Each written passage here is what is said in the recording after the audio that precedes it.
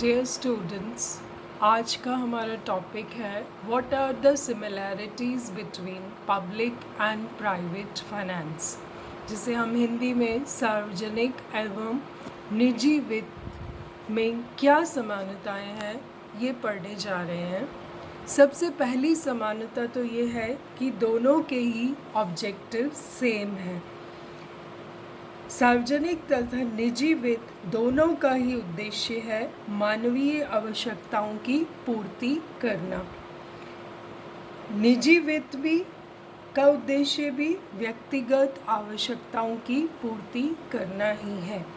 दूसरी सिमिलैरिटी है, दोनों जिस नियम का पालन करते हैं वो है मैक्सिमम सोशल एडवांटेज, यानी कि अधिकतम सामाजिक लाभ का नियम। सरकार व्यय करते समय अधिकतम सामाजिक लाभ के नियम का पालन करती है। इसी प्रकार एक व्यक्ति भी अपनी आय में खर्च करते हुए अधिकतम संतुष्टि के नियम का पालन करता है। तीसरी जो समानता है वो है बोरोइंग, यानी कि ऋण। जब भी इनकम और एक्सपेंडिचर में डिफरेंस आता है, एक्सपेंडिचर ज़्यादा होता है इनकम से, तो चाहे वो सरकार हो चाहे वो गवर्नमेंट हो, दोनों ही बाहर से पैसा लेकर, ऋण लेकर उस गैप को पूरा करते हैं।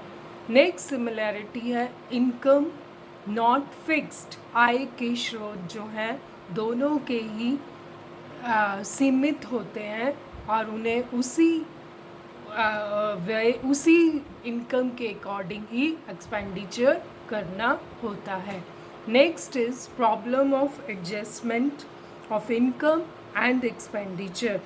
Both public and private finance face the problem of adjustment of income and expenditure, और दोनों को ही इन दोनों में सामंजस्य बिठाना होता है। Next is repayment of loans, ऋण की वापसी। अपनी ज़रूरतों के हिसाब से गवर्नमेंट भी और व्यक्ति भी ऋण लेते हैं, और एक बंदिश होती है ऋण लेने के साथ कि दोनों को ही तयशुदा वक्त में ऋण की वापसी करनी होती है। Next is contribution to national product, saving, capital formation, consumption and investment। चाहे वो पब्लिक फाइनेंस हो चाहे वो प्राइवेट फाइनेंस हो, दोनों ही activities they give birth to saving, capital accumulation and investment activities by which production, consumption and investment activities are boosted in a country and hereby they contribute to the national product। इस तरह से वो देश की आर्थिक स्थिति को सुदृढ़ करते हैं। दोनों का ही कंट्रीब्यूशन इकोनॉमिक एक्टिविटीज़ को बूस्ट करने के लिए ही रहता है। Next is efficient management and administration. Both the public and private finance needs efficient management and administration.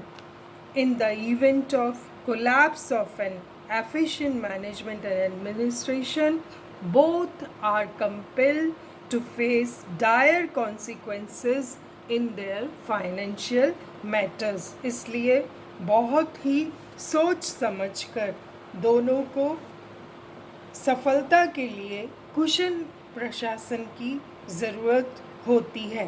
भ्रष्ट तथा अकुशल कुशलता हो तो वित्त की फिजूल खर्ची या दुरुपयोग होता है, और ये बात दोनों पर ही लागू होती है।